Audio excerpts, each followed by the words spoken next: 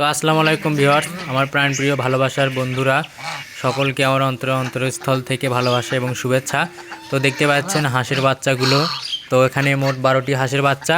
তো 12টি হাঁসের বাচ্চার ভিতরে সবগুলোই সেল বিক্রি হয়ে গেছে, এখনও সেল পৌঁছে দেওয়া হয়নি তাদের কাছে। যাই হোক, এখানে 12টি হাঁসের বাচ্চাকে এখানে খাবার দিছি। আজকে 5টি বাচ্চা চলে যাবে, অর্থাৎ 5টি বাচ্চা আমি বিক্রি করে দিয়েছি আমাদের পাশের এলাকায়, 2 গ্রাম পরে উনি নিছে অনলাইনে। তো ওনার কাছে বিক্রি করে দিছি। তো ওনাকে আজকে আমি পৌঁছে দিতে যাব, তার জন্য খাবার দিছি বাচ্চাগুলোকে। আর বাচ্চাগুলোর খাওয়া শেষ হয়ে গেছে। এখন বাচ্চাগুলো 5টা বাচ্চা নিয়ে এসে আমি এখানে ব্যাগের ভিতরে তুলতেছি নিয়ে যাওয়ার জন্য। আর এখন বিকাল টাইম, ইফতারেরও বেশিক্ষণ সময় না, যাই হোক সেই কারণে আমি তাড়াতাড়ি করতেছি, তাড়াতাড়ি পৌঁছে দেওয়ার জন্য।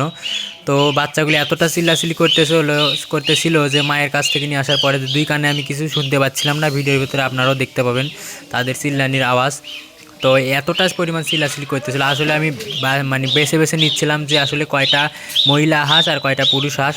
আর যেগুলো চিল্লাচিল্লি করতেছে এগুলো মহিলা হাঁস কিন্তু জোরে জোরে চিল্লাচিল্লি করে।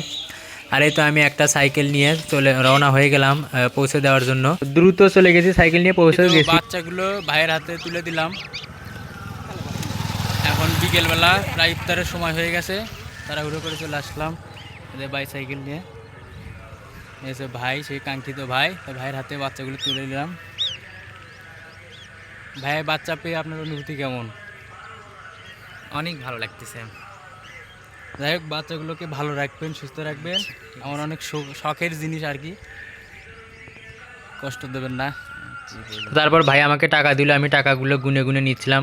তো 5টা বাচ্চা ওখানে দেওয়ার পরে এখানে আর 60টি বাচ্চা বাকি ছিল। তো 60টি বাচ্চা আজকে চলে গেল পাবনাতে। তো এখন বাচ্চাগুলোকে খাবার দিলাম, খাবার দিয়ে আমি বাচ্চাগুলোকে প্যাকেট করে তুলে দেবো। তো বাচ্চাগুলোকে এখন খাঁচাবন্দি করলাম। আসলে ভালোবাসার জিনিস তো, তাই খাঁচাবন্দি করলাম। ওর মায়েরাও দেখেন কি পরিমাণ চিল্লাচিল্লি করতেছে, আসলে আমাকে অনেক কষ্ট লাগতেছে। তারপরেও টাকার কাছে হেরে যায় ভালোবাসা, আমাদের টাকার প্রয়োজন, যার কারণে বাচ্চাগুলো বিক্রি করে দিলাম। আর মা কি জিনিস দেখেন, মানুষের ভিতরে যেমন পশু পাখির ভিতরেও তেমন। ওর বাচ্চাগুলোকে ওর কাছ থেকে নিয়ে খাঁচার ভিতরে বন্দি করছি, আর ওর মা বাবারা দেখেন কেমন করতেছে। এতটা পাগল হয়ে গেছে বাচ্চাগুলোর জন্য। বাচ্চাগুলোকে কেন আমি খাঁচাবন্দি করলাম, আমাকে মনে হয় খাবে, এরকম একটা পরিস্থিতি হয়ে গেছে। দেখেন সামান্য পশু পাখির মধ্যে বাবা মায়ের কেমন ভালোবাসা, তাহলে মানুষের হৃদয়ে কতটা ভালোবাসা আছে বাবা মায়ের।